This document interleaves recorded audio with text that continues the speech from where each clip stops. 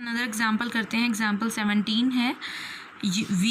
अब देखिए हमें v फंक्शन गिवन है x minus y by x square plus y square. आपको रेगुलर फंक्शन फाइंड आउट करना है, डेट मीन्स एनालिटिक फंक्शन।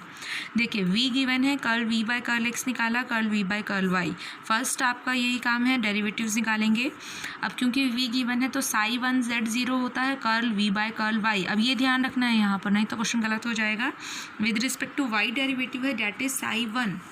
तो psi 1 z0 curl v by curl y, इसकी वैल्यू हमने निकाली। इसमें साई 1 में x को z और y को 0 पुट किया। सिमिलरली साई 2 z0 निकाला, इसमें x को z और y को 0 पुट किया, तो दोनों फंक्शंस आ गए।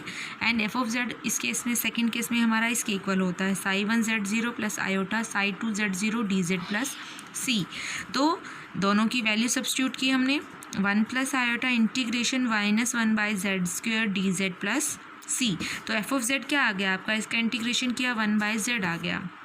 तो this is the analytic function, ये आपका आंसर हो जाएगा। सिमिलरली आपके ऑलमोस्ट सारे एग्जांपल्स यही हैं जिसमें u या v हमें एक पार्ट गिवन होता है, दूसरा हमें फाइंड आउट करना होता है। कई बार हमें ये भी निकालना है कि फंक्शन पहले हार्मोनिक है या नहीं, ये फाइंड आउट करना होता है। फिर आपको एनालिटिसिटी चेक करनी, फंक्शन बनाना है। तो उसके लिए हार्मोनिक फंक्शन मैंने लास्ट लेक्चर में बताया था कि जो लैप्लास इक्वेशन को सेटिस्फाई करता है, that is the harmonic function. तो पहले आपको वो कंडीशन सेटिस्फाई करके दिखानी है, अदरवाइज़ प्रोसीजर सेम रहेगा। अब इसका सेकंड मेथड क्या होगा, एग्जैक्ट डिफरेंशियल मेथड। देखिए सेकंड मेथड करते हैं, that is exact differential method. आपकी बुक में ज़्यादातर क्वेश्चंस मिलने थॉमसन मेथड से सॉल्व किए गए हैं, लेकिन हर एक क्वेश्चन आप दोनों मेथड से कर सकते हैं। समटाइम्स एग्जैक्ट डिफरेंशियल मेथड जो है वो थोड़ा लार्ज प्रोसेस हो जाता है। आप दोनों क्वेश्चन करके सॉल्व करके देख सकते हैं, सेम आंसर आएगा दोनों मेथड से। तो जो आपको सुटेबल लगे आप वो क्वेश्चन, कोई भी क्वेश्चन उस तरीके से कर सकते हैं। तो एग्जैक्ट डिफरेंशियल मेथड क्या होता है, अगर हमें फंक्शन एनालिटिक है और u पार्ट उसका गिवन है और फंक्शन फाइंड आउट करना है, तो हमें क्या करना है, देखिए then first we determine v calculate करने के लिए हमारे पास dv किसके इक्वल होता है, derivative of v curl v, क्योंकि फंक्शन होता है u and v are functions of x and y। तो v का डेरिवेटिव पहले with respect to x into d x plus curl v by curl y d y. Curl v by curl x को हम, क्योंकि हमें u given है तो दोनों डेरिवेटिव्स को u में कन्वर्ट कर लेते हैं बाय सी आर इक्वेशंस। तो vx माइनस uy के equal and vy is equal to ux। Now m, if this is m and this is n, then this equation becomes m dx plus n dy। m ये आ गया और n ये आ गया, तो dv आपका बन गया m dx plus n dy। अब एग्जैक्ट डिफरेंशियल इक्वेशन है या नहीं, हम ये फाइंड आउट करते हैं। उसके लिए हमने क्या तरीका होता है कि अगर curl m by curl y curl n by curl x के इक्वल आता है तो आपकी डिफरेंशियल इक्वेशन जो होती है वो एग्जैक्ट होती है। ये हम पहले पढ़ चुके हैं फर्स्ट ईयर में। तो कर्ल m का डेरिवेटिव निकालते हैं विद रिस्पेक्ट टू y और n का निकालेंगे विद रिस्पेक्ट टू x। अगर दोनों इक्वल आ जाते हैं तो एग्जैक्ट डिफरेंशियल इक्वेशन बन जाती है आपकी। और उस केस में सॉल्यूशन निकालने का तरीका हम नेक्स्ट एग्जाम्पल में, इसका मेथड आपको गिवन है तो वो देखिए कैसे करना है। अब देखिए इसके लिए करना क्या है आपको,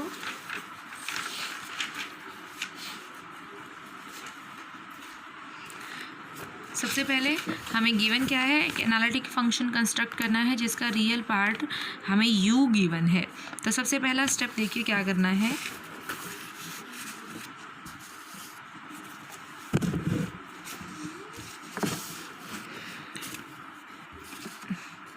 u एक्स वाई, u हमें गिवन है फंक्शन e की x into x cos y minus y sine y. तो first step is d v is equal to curl v by curl x d x plus curl v by curl y d y. ठीक है, curl v by curl x किसके equal होगा, u में convert करना है क्योंकि हमें u given है। तो v x is equal to minus u y होता है, तो curl u by curl y, और वी वाई किसके इक्वल होता है, u x के, तो curl u by curl x, ये इसमें कन्वर्ट हो गया। Now this is considered as m and this is considered as n, तो this equation becomes m dx plus n dy, dv is equal to this. अब m हमारा है curl u minus of curl u by curl y और n है curl u by curl x। तो exact differential के लिए हमें निकालना होता है curl m by curl y check करना होता है और curl n by curl x। अगर दोनों इक्वल आ जाते हैं तो हमारी इक्वेशन जो है वो एग्जैक्ट होती है। तो सबसे पहले इसका derivative with respect to y करेंगे तो curl square u by curl y square आएगा, और इसका विद रिस्पेक्ट टू x करेंगे तो ये वैल्यू आ गई हमारे पास। अब यहाँ से देखिए, तो सबसे पहले इसको छोड़िए, अब हमें m और n गिवन है तो m किसके इक्वल आएगा, इसका m क्या है यहाँ से minus curl u by curl y। तो m की वैल्यू क्या हो जाएगी, u है ये, इसका डेरिवेटिव करें with respect to y, negative और वो भी, तो e की x तो कांस्टेंट है एज इट इज़ रहेगा, इसका derivative minus x sine y, फिर minus y cos y minus sine y with respect to y derivative कर रहे हैं हम, सारे माइनस बाहर आके इससे कैंसिल हो जाएंगे, तो x sine y plus y cos y plus sine y, ये वैल्यू आ गई हमारी m की। सिमिलरली n क्या आएगा, यहाँ से n की वैल्यू क्या आएगी, इसी का पहले कर लेते हैं, curl m by curl y, इसका derivative further with respect to y निकालते हैं तो क्या आ जाएगा हमारे पास, e की x as it is, x sine y का derivative x cos y cos y का y minus of sine y plus cos of y और इसका further cos of y again. तो यहाँ से कोस ऑफ y तीन terms में आ गया, तो e की x plus two cos y common minus y sine y, ये आ गया curl m by curl y। फिर हम निकालते हैं n हमारा है curl u by curl x।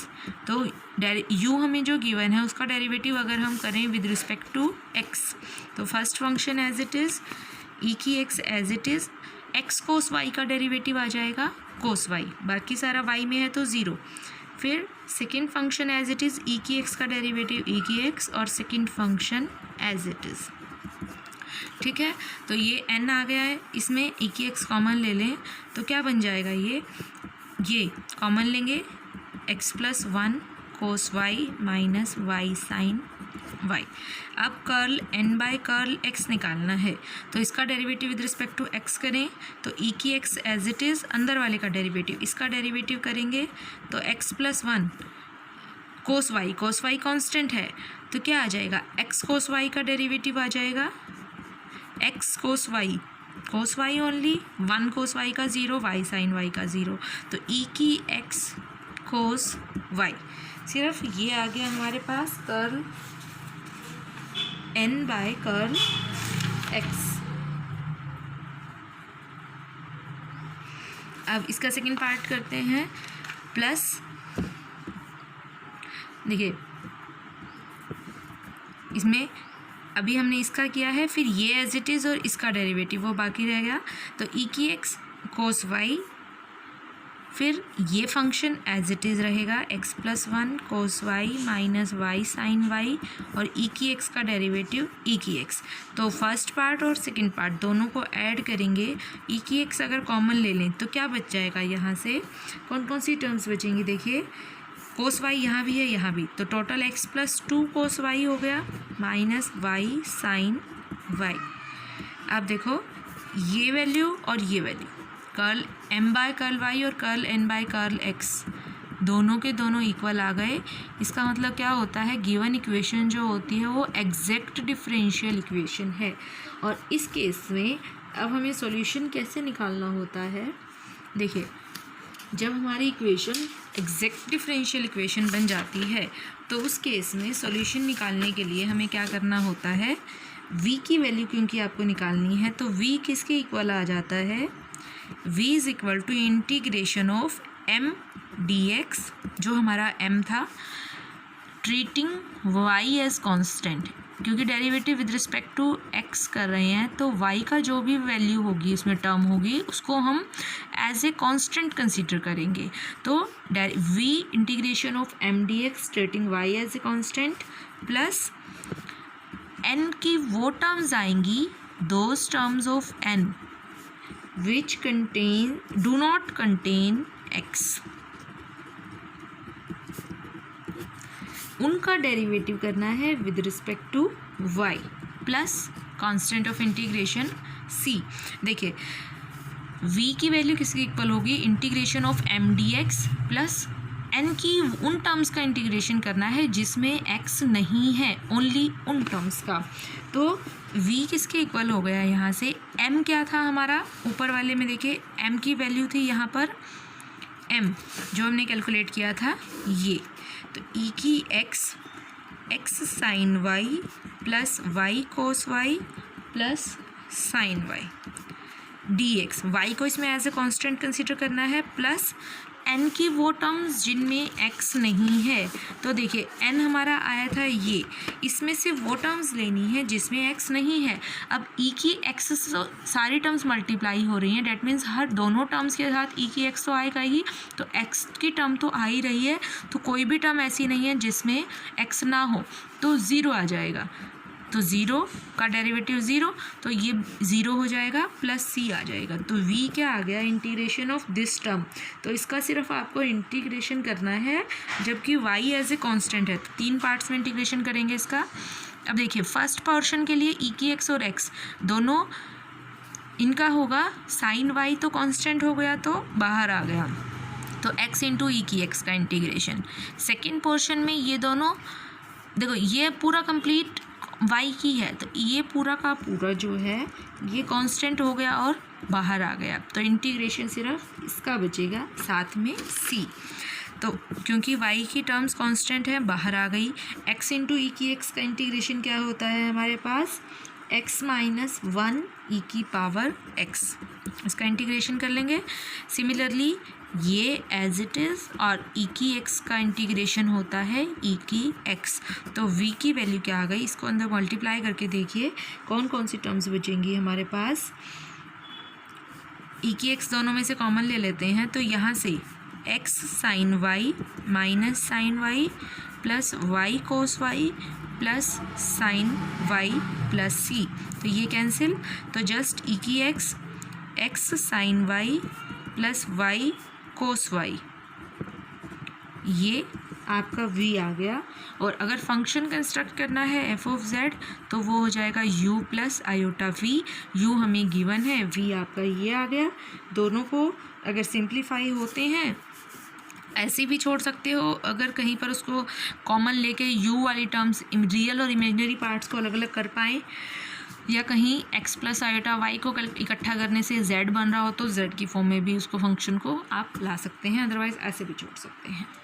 सो आप जिस भी मेथड से चाहें कोई भी न्यूमेरिकल कर सकते हैं। ये बहुत सारे न्यूमेरिकल्स आपकी बुक में दे रखे हैं प्रैक्टिस करने के लिए, और इसमें से श्योरली क्वेश्चन आता है आपका, तो इसको अच्छे से प्रैक्टिस करना है न्यूमेरिकल्स को। तो this was the last topic of third unit, and now we will start fourth unit in the next video.